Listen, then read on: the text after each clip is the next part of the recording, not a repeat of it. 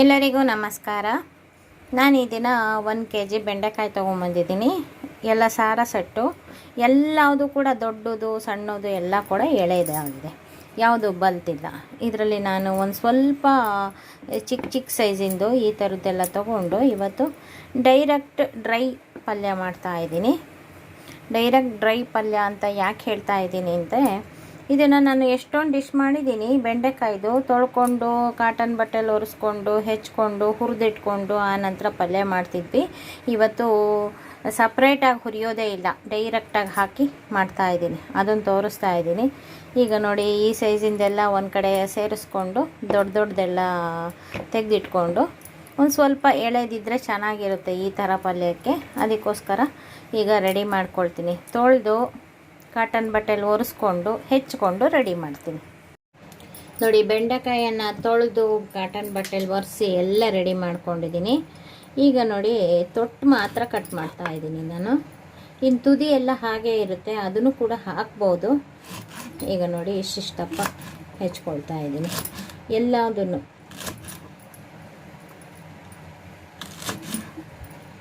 ನೋಡಿ, ಇದು ಲೋಳೆ ಇದ್ದರೂ ಕೂಡ ನಾನಿವತ್ತು ಡೈರೆಕ್ಟ್ ಪಲ್ಯ ಮಾಡೋದನ್ನು ತೋರಿಸ್ತಾ ಇದ್ದೀನಿ. ಅಂದರೆ ಹುರಿದು ಇಟ್ಕೊಳ್ಳಲ್ಲ, ಹಾಗೆ ಡೈರೆಕ್ಟಾಗಿ ಹಾಕಿ ಪಲ್ಯ ಮಾಡ್ತಾ ಇದ್ದೀನಿ. ನೋಡಿ, ಲೋಳೆ ಅಂಶ ಕೂಡ ಇದೆ. ಈಗ ನೋಡಿ, ಇದು ತೊಟ್ಟು ಮಾತ್ರ ತೆಗೆದುಬಿಟ್ಟು ಇದಷ್ಟನ್ನು ಇದೇ ರೀತಿ ಕಟ್ ಮಾಡಿಕೊಂಡು ರೆಡಿ ಮಾಡ್ಕೊಳ್ತೀನಿ.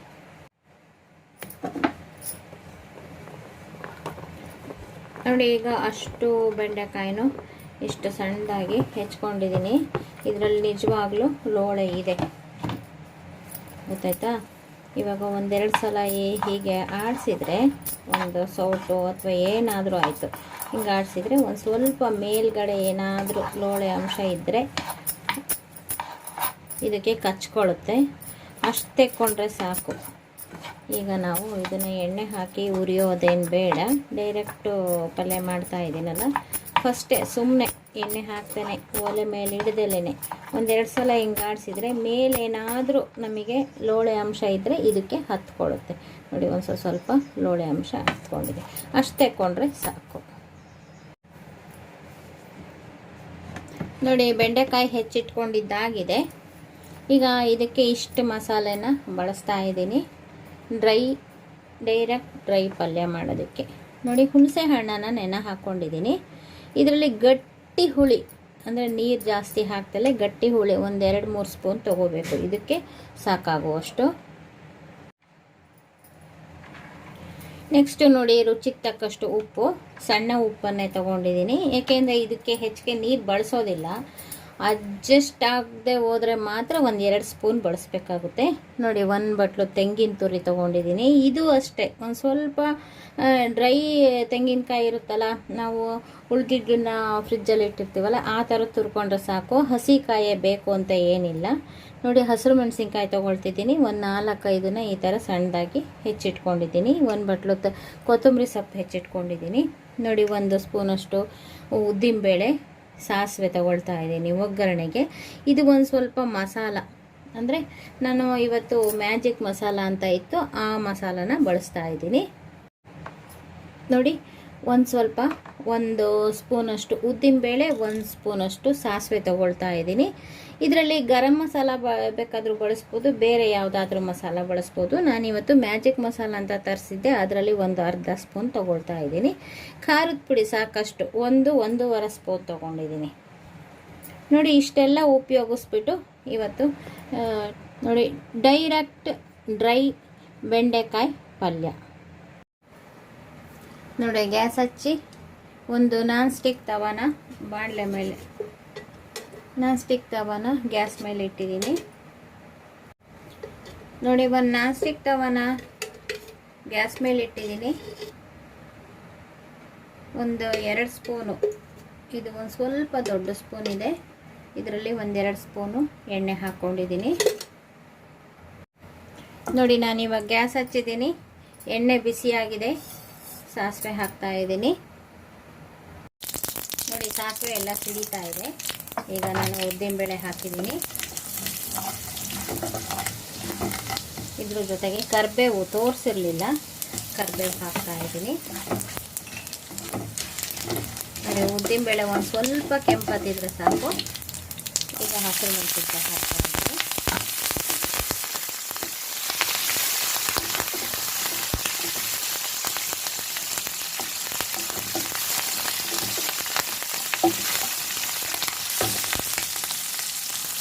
ನೋಡಿ ಹಸಿರು ಮೆಣಸಿನ್ಕಾಯಿ ಹಾಕಿದಾಗ ಒಂದು ಸ್ವಲ್ಪ ಸಿಡಿಯುತ್ತೆ.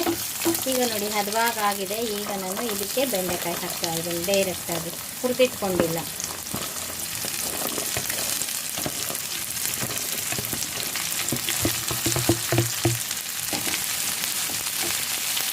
ಈಗ ಇದರಲ್ಲೇ ಚೆನ್ನಾಗಿ ಮಾಡಿಸ್ಕೋಬೇಕು.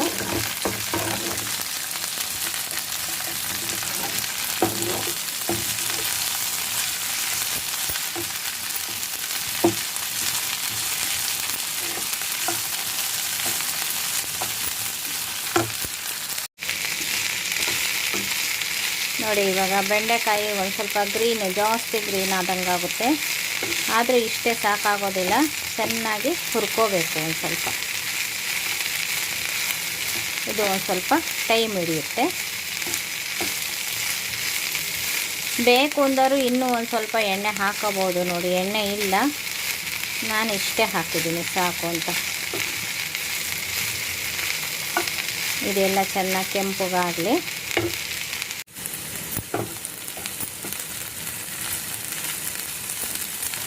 ನೋಡಿ ಅರ್ಧಂಬರ್ಧ ಆಗಿದೆ.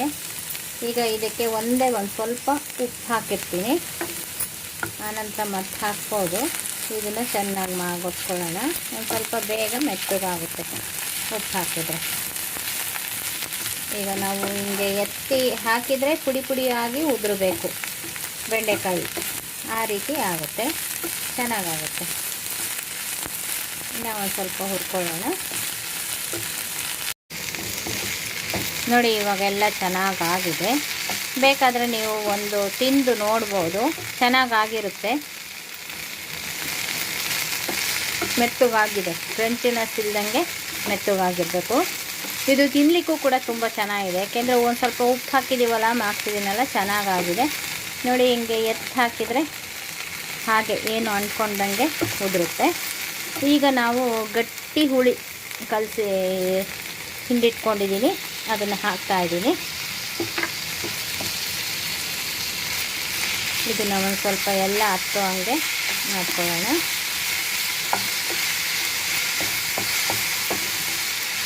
ಇದಕ್ಕೆ ಹುಳಿ ಬಿದ್ದರೆ ತುಂಬ ಚೆನ್ನಾಗಿರುತ್ತೆ.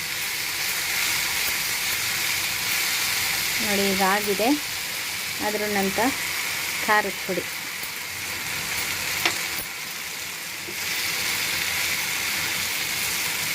ಈಗ ಉರಿ ಸಣ್ಣ ಮಾಡ್ಕೊಂಡಿದ್ದೀನಿ. ನೋಡಿ ಇದಕ್ಕೆ ಮಸಾಲ, ಗರಂ ಮಸಾಲ ಹಾಕ್ಬೋದು. ನಾನು ಇವತ್ತು ಮ್ಯಾಜಿಕ್ ಮಸಾಲ ಹಾಕಿದ್ದೀನಿ, ಯಾವ್ದು ಬೇಕಾದರೂ ಹಾಕ್ಬೋದು.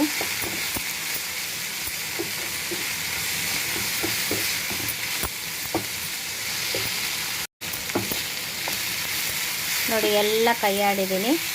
ಈಗ ಉರಿ ಸಣ್ಣ ಮಾಡ್ಕೊಂಡಿದ್ದೀನಿ. ಈಗ ಒಂದು ಅರ್ಧ ಲೋಟ ನೀರು ಹಾಕ್ಬೇಕು ಇದಕ್ಕೆ. ಈ ಮಸಾಲೆ ಎಲ್ಲ ಚೆನ್ನಾಗಿ ಹಿಡ್ಕೊಳ್ಳಿ.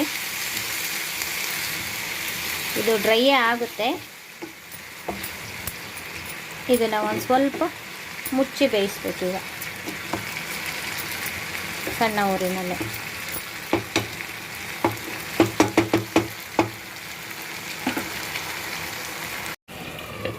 ನೋಡಿ 1-2 ನಿಮಿಷ ಮುಚ್ಚಿ ಬೇಯಿಸ್ತಾ ಇದ್ದೀನಿ.